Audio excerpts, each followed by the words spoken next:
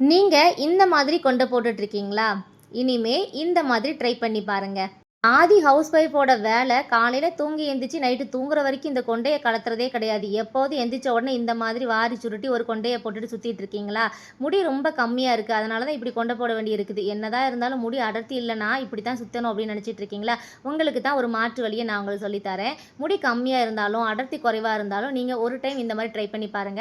அதோட முக்கியமான ஒரு கஷ்டம் என்னன்னு பார்த்தீங்கன்னா, அவசர அவசரமா பிள்ளைங்கள ஸ்கூலுக்கு அனுப்புறதுக்கும், ஸ்கூல்ல இருந்து கூட்டு வரதுக்கு பஸ் ஸ்டாண்டுக்கு நம்ம போவோம்ல, அப்ப இந்த மாதிரி தான் கொண்டைய போட்டு போய்க்கிட்டு இருக்கேன். எனக்கே ஒரு மாரி தான் இருக்குது அப்படின்னு நினைக்கிறீங்கன்னா, நீங்க ஒரு வாட்டி இத ட்ரை பண்ணுங்க. இந்த மாதிரி நல்லா குதிரவால் போட்டுக்கோங்க. முடி கம்மியா இருந்தாலும், அடர்த்தி குறைவா இருந்தாலும், நம்ம முடிய ரொம்ப அடர்த்தி இருக்க மாதிரி காட்டிக்கலாம். அதோட கான்ஃபிடென்ட்டாவும் நம்ம வெளியில போயிட்டு வந்துக்கலாங்க. இந்த மாதிரி உங்க முடிய குதிரவால் போட்டதுக்கப்புறம் இத டபுளா இந்த மாரி சைடா மடிச்சுக்கிடணும். மடிச்சதுக்கப்புறம் பார்த்தீங்கன்னா, ஒரு கிளிப் இருக்குல்ல, இந்த மாதிரி சின்ன கிளிப்பு இல்ல உங்களோட முடி சைஸுக்கு ஏத்த மாரி ஒரு கிளிப்ப எடுத்து, அந்த கொண்ட மடிச்சிருக்கு உள்ளோடியா இருக்கக்கூடிய அந்த எக்ஸஸான முடிகள்ல உள்ள நம்ம நல்லா டைட்டா இந்த மாரி மாட்டி விட்டுறணுங்க.